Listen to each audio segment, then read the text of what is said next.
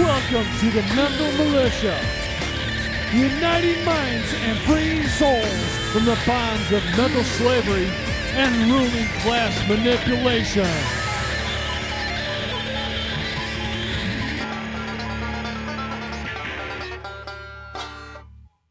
Your success in what you're doing, whether it's for yourself or for other people, depends utterly and entirely on you really, truly, conceptually understanding every single thing that I'm going over in these videos. I really, really want you guys to get it.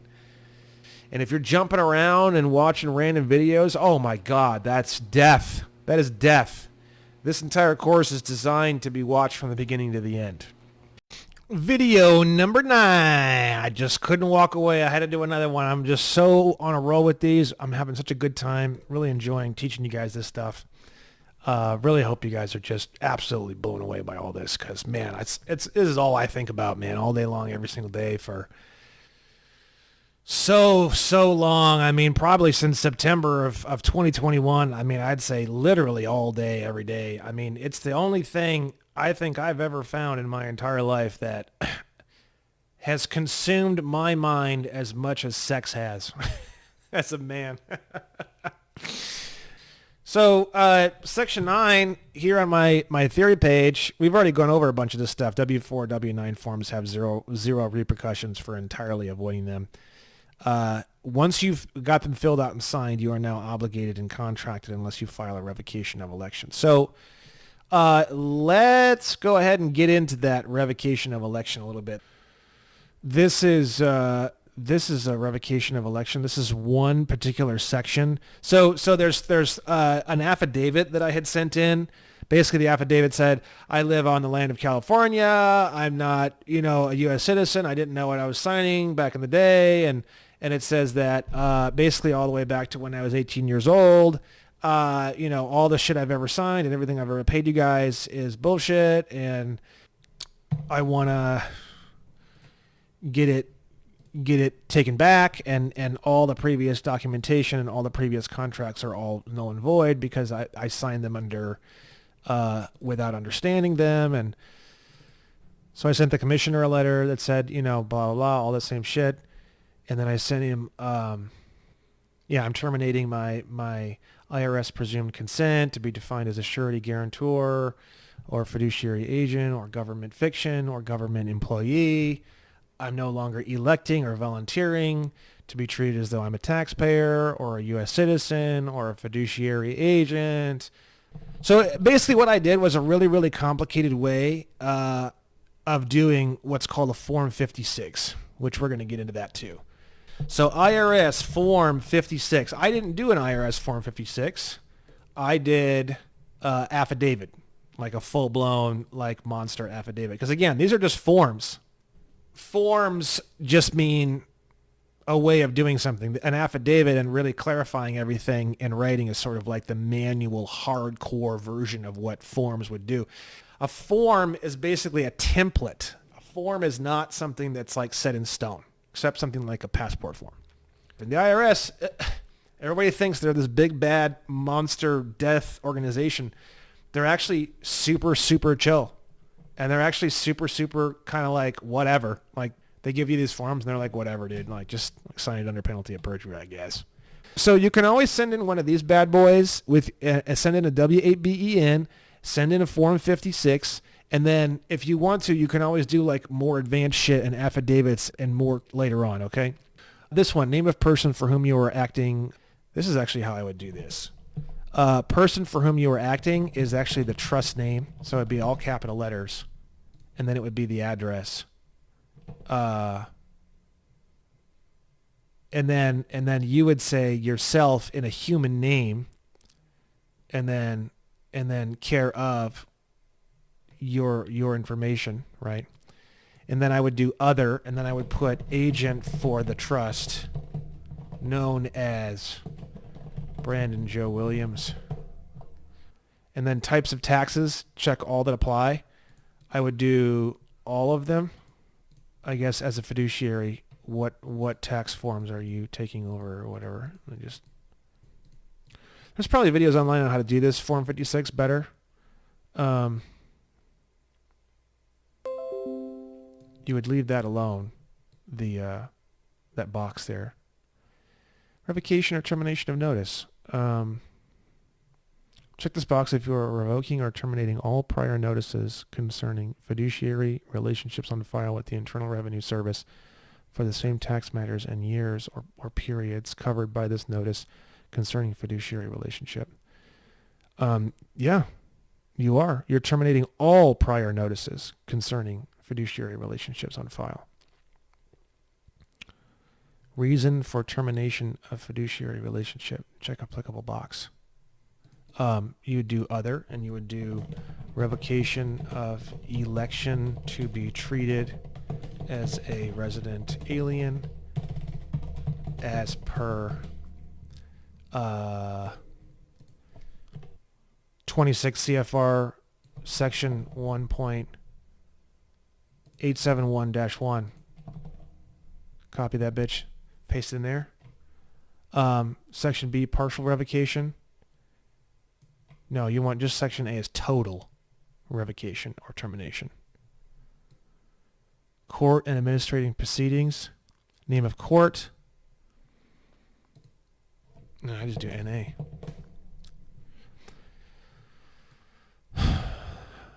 I mean, you would do the social security number too.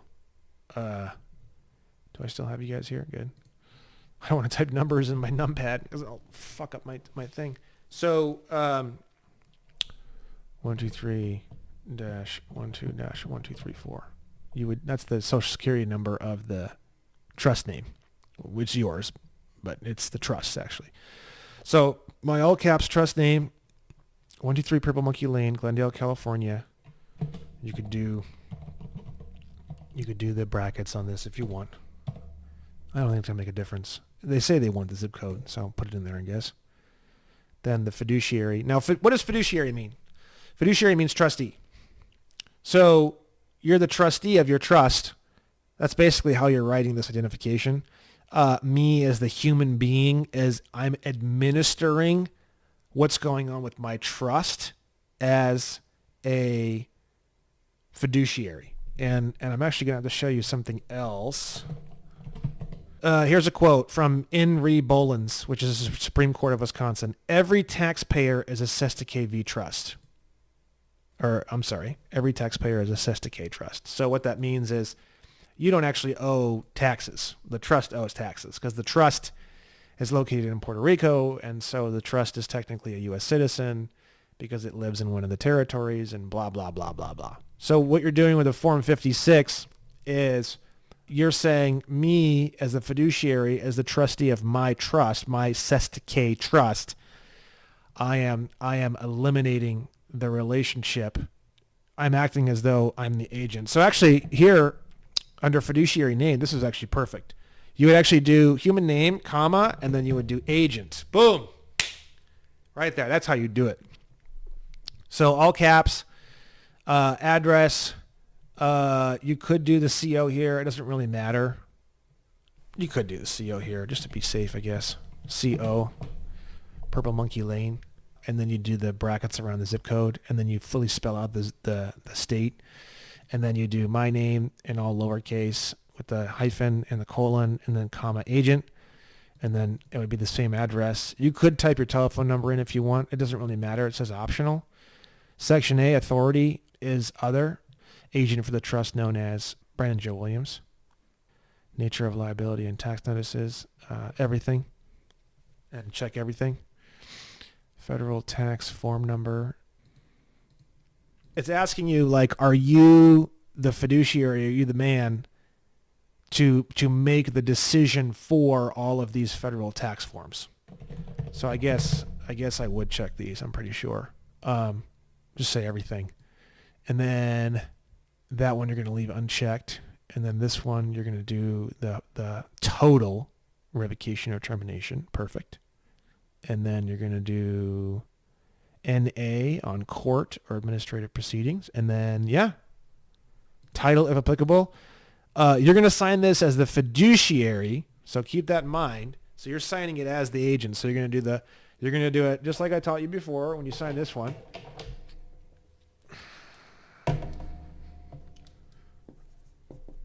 without prejudice, Brandon hyphen Joe colon Williams. Now with this one, you're acting as an agent for the trust. So you date this bitch. Title would be agent. Without prejudice, human name, because it's asking you for the title here. So you would just put the title in here, sign here, date here, print this bitch off, send this bitch in. So actually, now that I think about it, this is actually really, really easy. The revocation of elections really, really, really, really complicated. It's so funny like that I'm just sitting here realizing this for myself. I kind of knew about the Form 56. I've never really like taken the chance to really look at it like thoroughly, you know. Let me just look over this one more time and take a look. I was hoping to point you guys in the right direction. This is like 10 times better. This is like hot and heavy. I mean, you could have your revocation of election practically filed today. Where does it say to send it to? Definitions: fiduciary. A fiduciary is any person in a position of confidence acting on behalf of any other person. What's the definition of person? It's right here. Any individual, trust, estate, partnership, association, company, or corporation. So you are a person, a human, and you're acting on behalf of another person, which is a trust.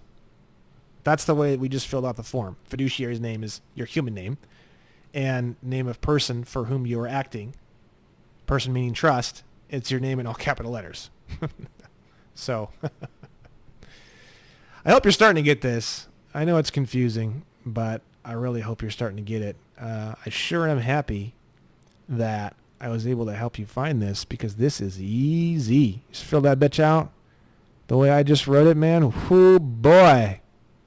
You just revoked your election to be treated as though you're a resident alien. You just moved your ass. As per the Internal Revenue Service, you just moved your ass. You just moved your ass back to your state. When you file this, you still need to do your passport. You still need to do other shit too. But just with the IRS, you've just eliminated your resident alien status, which is great. That's a big, huge step. So the W-8BEN kills the contract.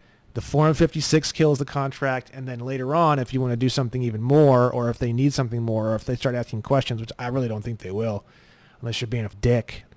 But if you chill, they'll probably just accept this and just literally just revoke your election, and it'll be really simple and painless. And then you can move on to the next thing, which we're going to go over here. Okay, I would actually send it here. Sorry. Form 1040 and Form 1040 SR addresses for taxpayers who are non-resident. Because you're a non-resident. You're telling them, I'm a non-resident. I'm a foreign country. I'm in a foreign country, which you are. You're in a state. So use this address if you are not enclosing a payment. So here's the answer to the question. Department of the Treasury, Internal Revenue Service, Austin, Texas. Zip code is 73301-0215, USA. It's time to rediscover the human soul. Not the mystical, the metaphysical, or the supernatural. We're talking about the source of your abilities, your motivation, your vitality. The thing that makes you, you. We're offered a dream of convenience, but what of self-fulfillment, happiness, peace of mind? No more speculating. No more of this or this, but this. It's time to find out for yourself, to look, to know. It's time to rediscover the human soul.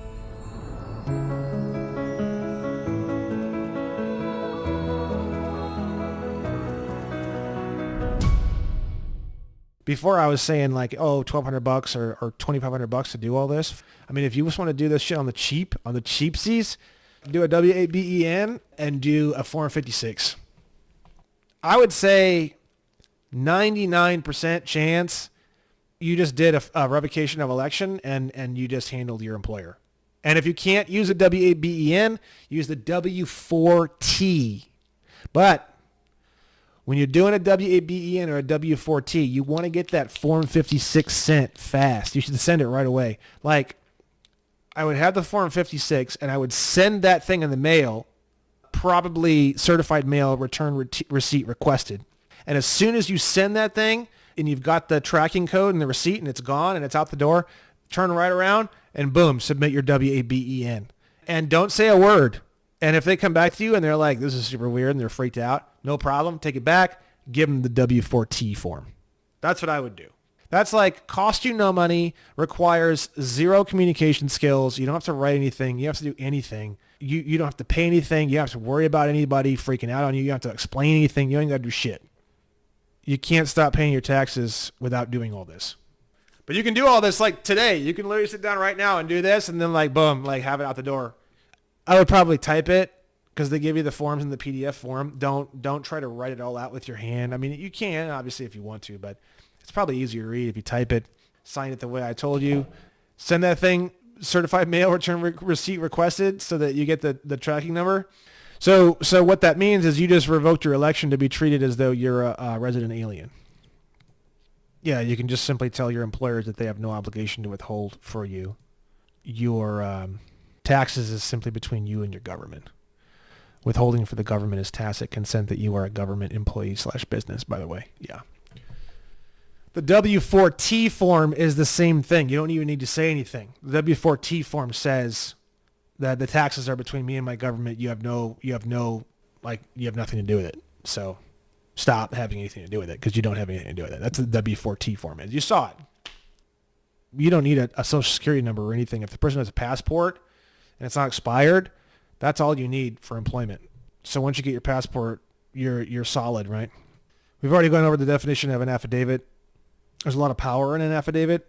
If you send an affidavit and they never respond, then the judgment defaults to your affidavit. So whatever you say becomes truth in law. In terms of an affidavit, what you need to know is this is the 10 commercial maxims, the basic rules of commercial law, right? A workman is worthy of his hire, right? Which means it is against equity for free men to not have free disposal of their own property, right? Number 2, all are equal under the law, which means no one is above the law. Now, that doesn't mean statute. That means the law, which means you can't hurt people. You can't steal from people. You can't fuck people over with your contracts, which is what the big banker people do all day long. They do all three. So when it says here, all are equal under the law and no one is above the law, they're referring to common law, which is not statute, which statute is fucking dumb.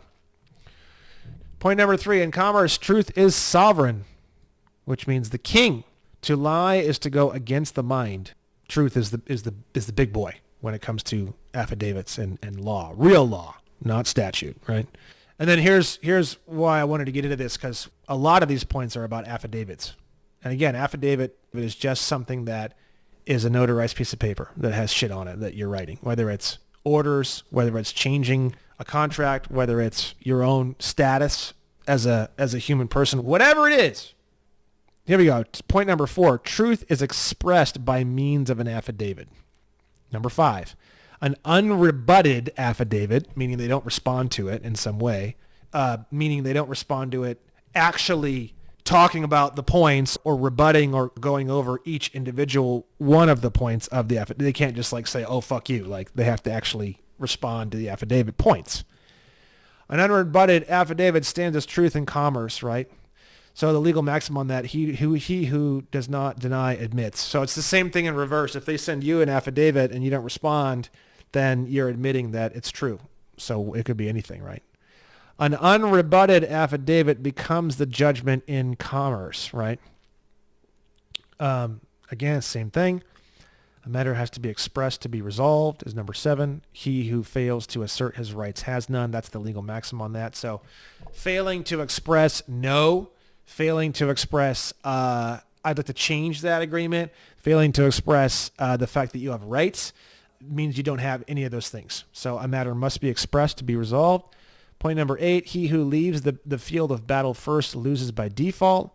What that means is that he who does not repel a wrong when he can occasions it. So whoever gives up loses, basically, right? Whoever leaves or gives up is the one who loses, right? Number 9, sacrifice is the measure of credibility. That just means, it says here, he who bears the burden ought to also derive the benefit. So whoever has the most skin in the game and the most to lose is the senior person. That's like the maxim, this particular maxim of commercial law. You know, if they can lose everything they own and their house and their kids and everything, they have more credibility and more leverage and more of a seniority than anyone else who hasn't had that much sacrifice, right? And then number 10 is an interesting one. It's very different. A lien or claim can be satisfied only through rebuttal by counter affidavit, point by point, resolution by jury, or payment. If the plaintiff does not prove his case, the defendant is absolved. Okay, so what that means is if you lien somebody, right, which I'm not going to get into liens in this course. That's a attack type mechanism when you're trying to attack someone that's pissed you off. By the time you get to the end of this course, you'll probably be ready to study liens. If you want to get into that, you can. I've never done one before. I wouldn't recommend it unless it's absolutely justified. And what I mean by that is if there's somebody running around, they're doing really awful shit to you and maybe other people, and they need to get slapped around a little bit to realize that they can't be running around treating people like that. And you've tried to very calmly and quietly and unemotionally handle the person, and they're still running around, and you think that hitting them with a baseball bat would clean up their act and maybe help other people and keep them and prevent them from doing bad shit to other people, lien might be good.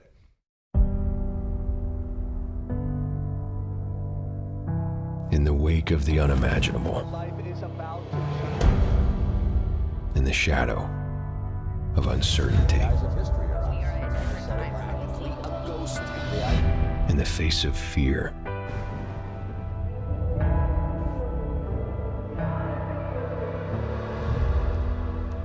it's time to rediscover.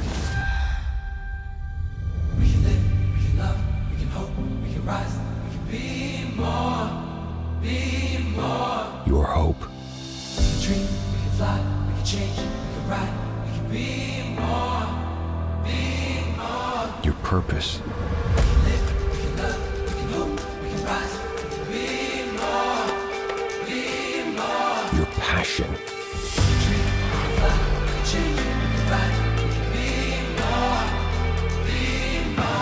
Your potential. Take your name, show your mind.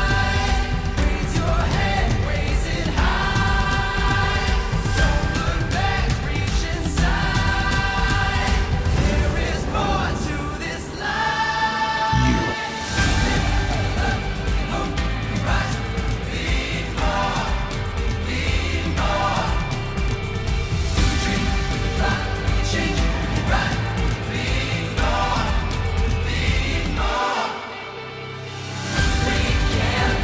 Because no matter what we may face, nothing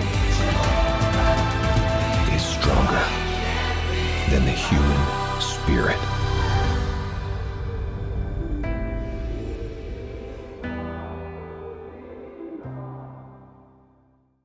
So when you file a lien on somebody, it can only be satisfied through rebuttal by counter affidavit, point by point. So if you put 10 things in there, they have to counter affidavit that, and they have to handle and address all 10 points.